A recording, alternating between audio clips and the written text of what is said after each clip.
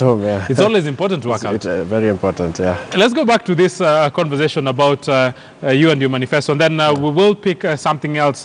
Let's have this, Audi, because I know we're talking about sponsors, and there has been a lot of question about how or what specifically needs to be done so as to be able to get these sponsors. What needs to be done specifically? Okay, so what should be done? Right now, we are facing a credibility problem. When I talk to these big corporates, they want to come in, simply because they want to be associated with a leading brand. Right now, Kenya Rugby, if we do an audit of the brand value right now, it has gone down because of all these things that have been happening, all the bad publicity we've been getting. Yet, the asset is there. The asset is the players. Now, clubs are also suffering and they're not getting sponsorship simply because of the greater problem of Kenya Rugby Union having this bad this credibility issue. It trickles down. I've been asked to get sponsorship for a Kenya under-13 international team, that is supposed to go to the UK the next week. And it's hard to get it. And, marketing directors tell me, oh, Sasha, right now, rugby is facing this credibility issue, so it's a hard sell to sell this. How do you fix that? So how to fix it is now the perception. We need to come in with new people. It has to be a new conversation now. It's been there before, okay? We've been there, we've worked, and these guys are waiting to come in. So it's not going to be a quick fix, but they have to see that new people have come in. This is the agenda. Let's go meet them and tell them, yes, we have made mistakes. Kenya Rugby Union, and when I come in, it's collective responsibility. You take over. If you take over in a country, whatever issues that country has, you are the one taking over. You take over a company, you take over those problems. So I'll take over this. In fact, I think I'm very brave to come and take over this big debt and all these credibility issues. But we need to work together. Come in. And clubs are asking, hey, we need sponsorship for this tournament, and it's hard to get because people are keeping away from it. And this is not a story. These are marketing directors. They are not aligning their brands with Kenya Rugby. We need to change the conversation. We need to show that new people have come in. There's a new thinking, and we are going to work together with the people who are there currently, okay? Because not all of them are leaving. There's a new crop that is going to come in as well, and tell them, yes, we have made mistakes. This is what we try. This is what we're going to do to remedy that, and let's have this conversation now, and let's continue having it. So in 3 years with sports, but that has to happen. They have to see new faces. They have to see new thinking. This thing of thinking small should end. With the talent that we have, we need to talk to our players and to play this game. Let's give them the opportunity. Right now, the failure has been at the board, and we need to change that. And all the clubs will benefit from that.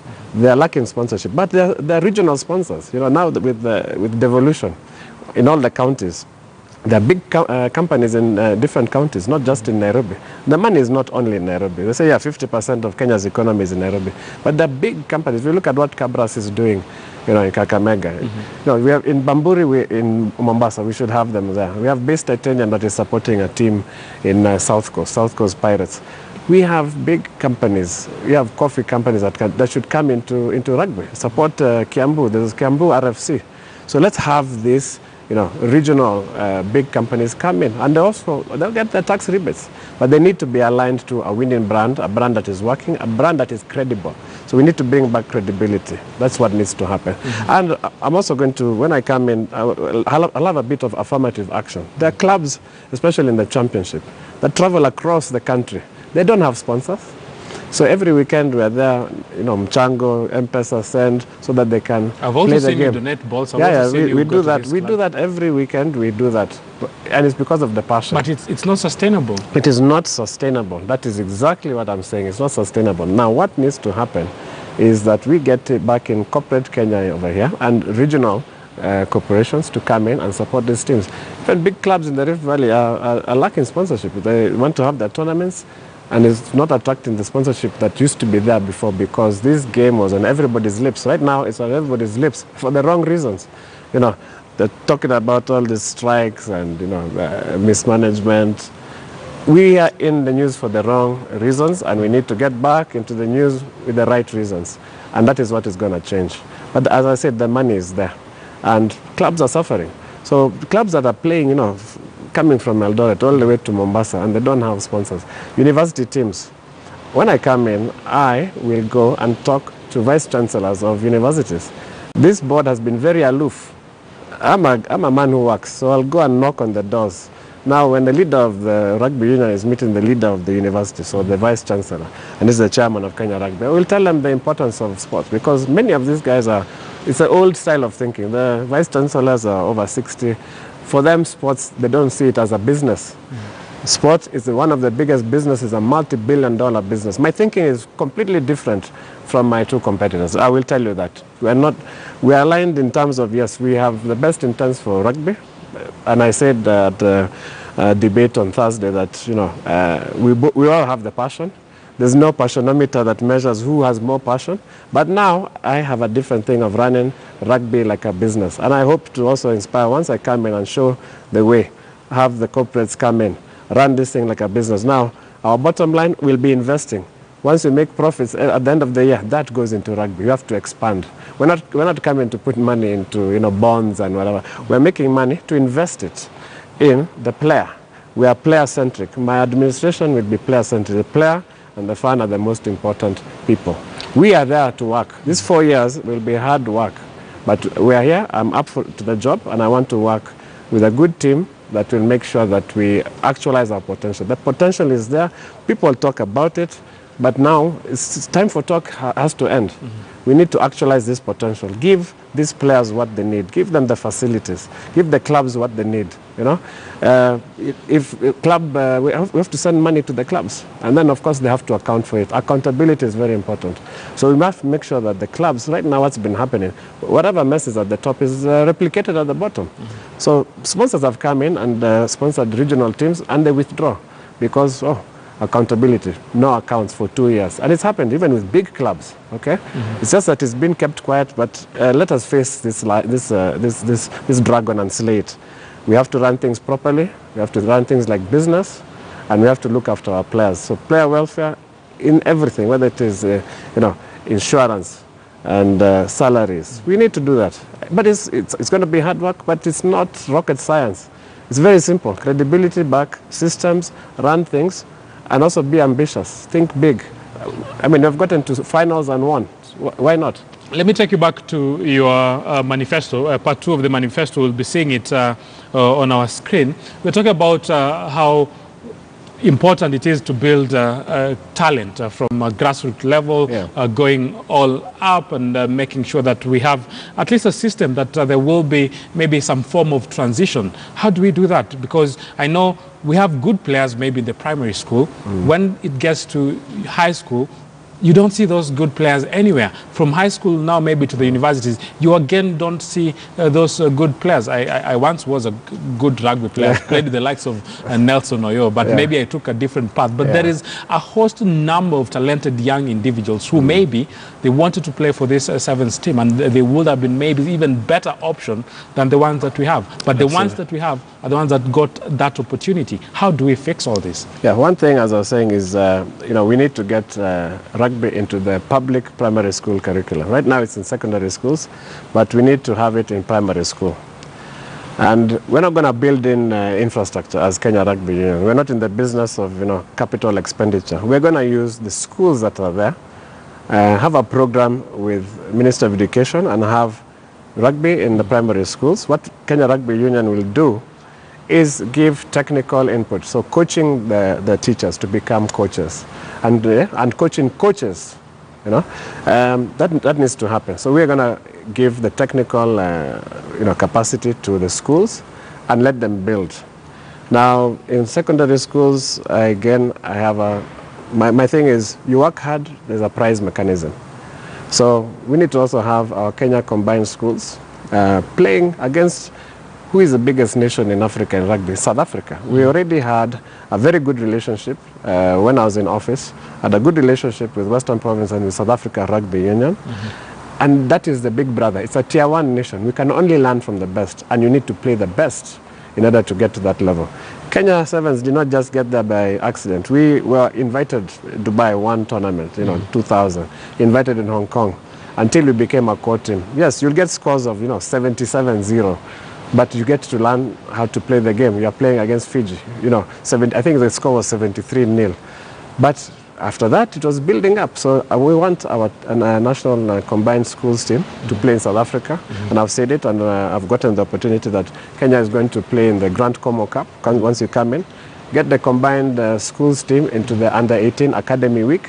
And these are the players that will be playing for the national team once they've passed under-20. So we also need to get to the World Rugby Under-20 trophy. And here you're talking about if you are to excel to the international stage of rugby, we must have a solid foundation. The grassroots development of the game countrywide must be our priority. But how do we make it a priority?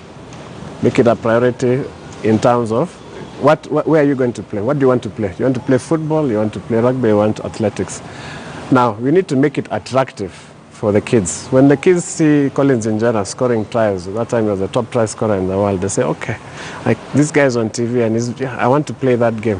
When they hear the good story, oh, this guy is, he's making this kind of money, he has this investments, he's also educated, he has a degree.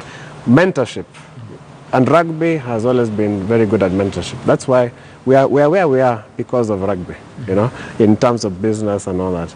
Because we studied, if you look at the amateur sport prior to 1995, national team players, you have doctors, you have lawyers, you have engineers, quantity surveyors, architects, like me. So we were focused.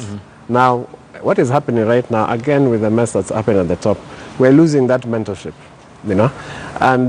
But now when the kids see this player playing on TV, maybe they will want to play. Do that. But once it's made, you're playing it in primary school, you choose. And that's where you get to play the game. Let me ask you to hold that thought a little bit. We'll continue with that conversation. But Kevin Kimathi, I know there is an important game, that is the Enterprise game, and you are there.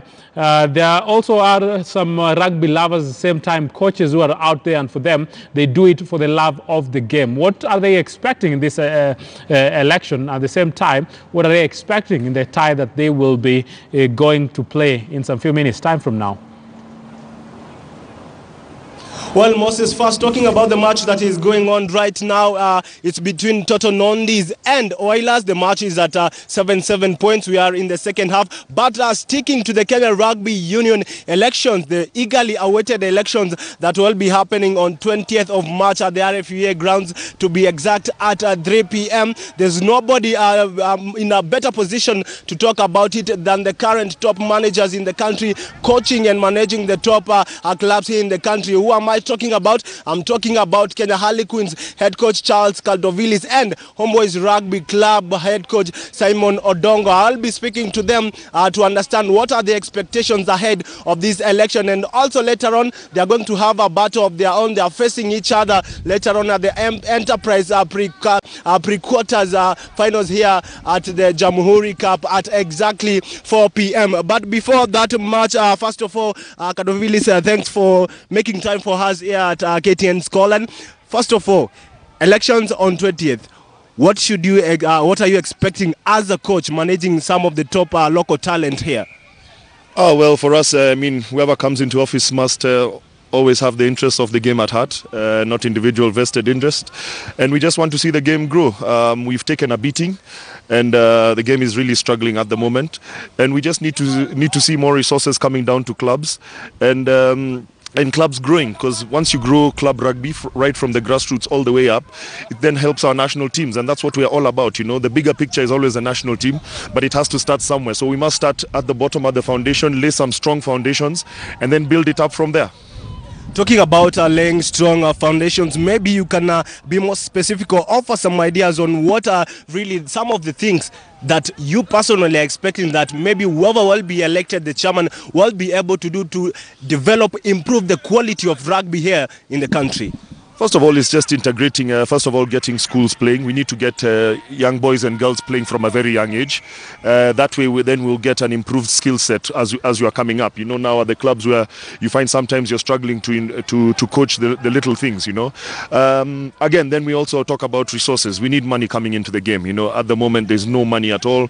If we want to take it seriously, people need to make a livelihood out of it. At the moment, we've got players, coaches who are doing other things and cannot maybe do give it 100%, and then we don't get the results that we really desire.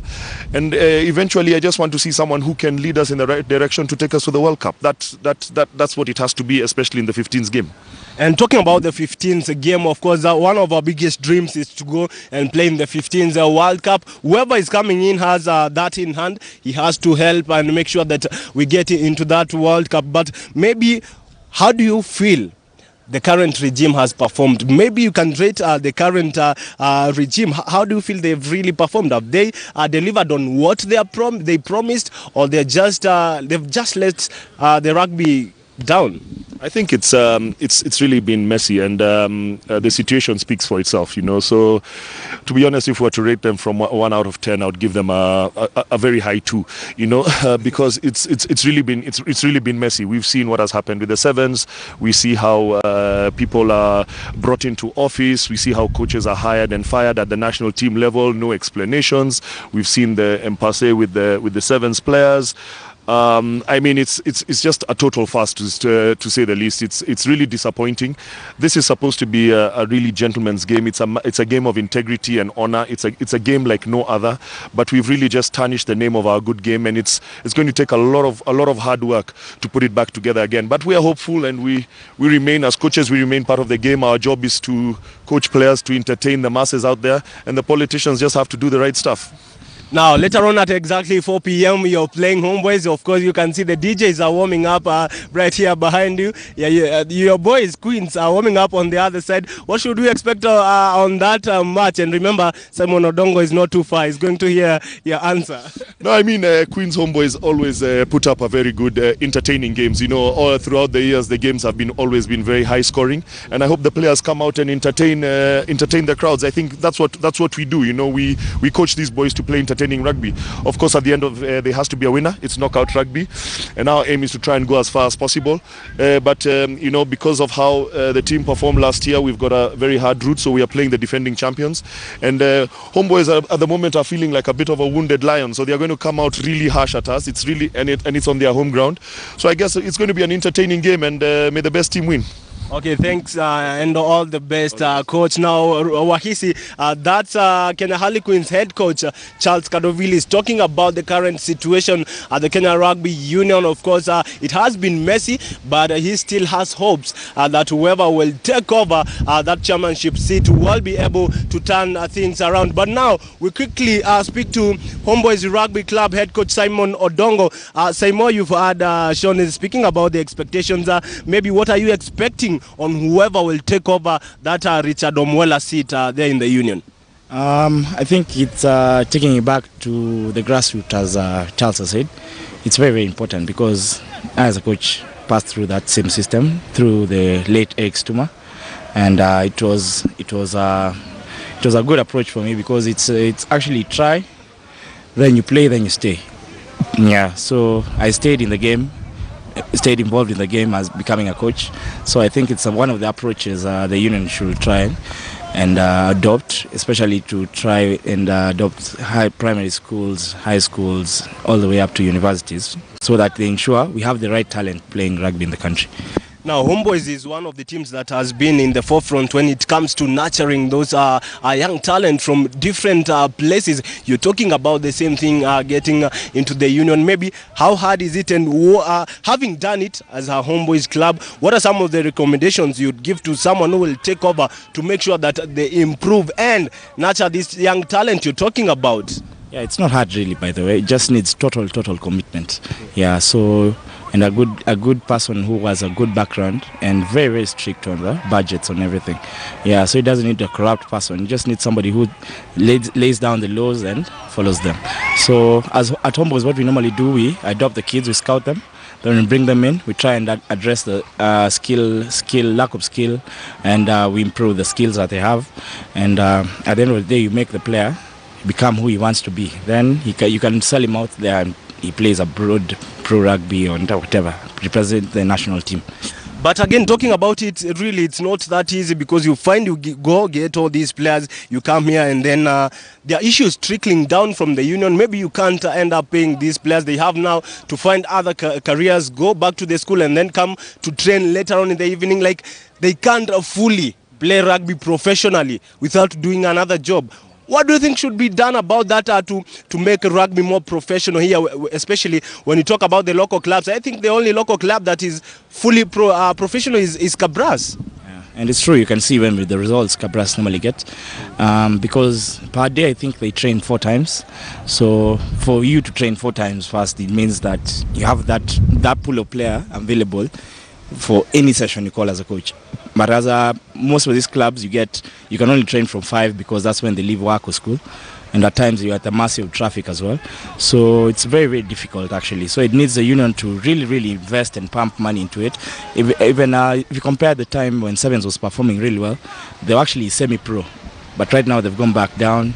The players have the issues that carry you. So you can't give it your all when the other party is not giving you the all. Yeah. Okay, and maybe just quickly rating the current regime, Charles has given it 2 out of 10, a very big 2. What would you give the current regime? The same as well. Okay, I'd give them a slight 3. Perhaps there's some things they've done that the previous regime as well didn't do. But I don't know. They're still because they normally say there's no house that doesn't have problems, but theirs has, I don't know, it's in a mess, man. And talking about houses having problems, your own house of late in the Kenya Cup, you haven't really been performing as expected. Enterprise Cup, you're the defending champions. You've heard what Charles has said. Later on, you're playing Queens. What should you expect on that match, bearing in mind that you haven't been at your best this season? We started on a slow foot this season. I don't know, but the boys are settling in mentally. I hope they'll really, because we said we have to come and perform and retain the Enterprise Cup. So that's beating Kenya Harlequins here. It's going to be a very tough match. It's not easy. It's never been easy. And the boys know it, and they all have to come in, prove the worth to the team. Yeah. And finally, 3 guys are vying for this seat. Gangla, Sasha Mutai, and Asiko Wiro. Reading the current state of the game, of course, you know these guys are. Who would you think that maybe is the best shot at that seat? From all 3, first of all, I know Gangla personally. We've worked on a couple of projects as well. So he's a good guy. I know his development-wise is going to be a good chairman. Sasha, from his track record at the KRU, it's not bad. I think he should have focused more on development on the women's side, because I think that's one of the most neglected aspects of the game. And Asiko, I haven't really worked with him, so that's the thing, you know. You don't know what to expect. But I don't know, I just wish all 3 of them the best during the elections, yeah. Okay, thank you very much. And as you wish them the best, also all the best when you play Queens later on here at exactly 4 p.m. Now, Wakisi, that Homeboys Rugby Club head coach Simon Odongo talking about his expectations on what he expects whoever will be elected as the new Kenya Rugby Union chairman. And also earlier on, we spoke to Charles Kadovilis. Both of them have rated the current regime. Charles gave the current regime 2 out of 10. Simon has given them 3. But talking about our guest in studio, that is Sasha Mutai. Simon Odongo has some statement here saying that maybe he should have improved more about women's game. Maybe he can tell you, Moses, what is he planning to make sure he improves the women's game in the country. Back to you, Wakisi. Thank you very much, Kimathi. We will have that discussion later about the women's rugby, but you've heard what the 2 gentlemen have said about how they've rated the union and what they think needs to be fixed. Do you agree with some of the sentiments? Absolutely, I agree with what they've said. I mean, they're in the game, they know what's happening. About player retention, you know, when the kids move from primary school, secondary school, to clubs. I'm advised we will fix your microphone. Maybe it seems like it has a little bit of issue, but we will do that, and we take a short commercial break. When we come back, he will be telling us what exactly is his sentiments about what Kadovilis and also Odongo have said. But for them, they've rated the union quite low, one will say, but maybe they have their own reasons as to why. But they are gentlemen who knows what is happening in the world of rugby here in the country. Remember, they have that Enterprise tie scheduled for 4 p.m. where the DJs, that is Homeboys, will be playing against the Queens. Who will be the king in that tie? We will know after the game concludes. But that and much more after the commercial break.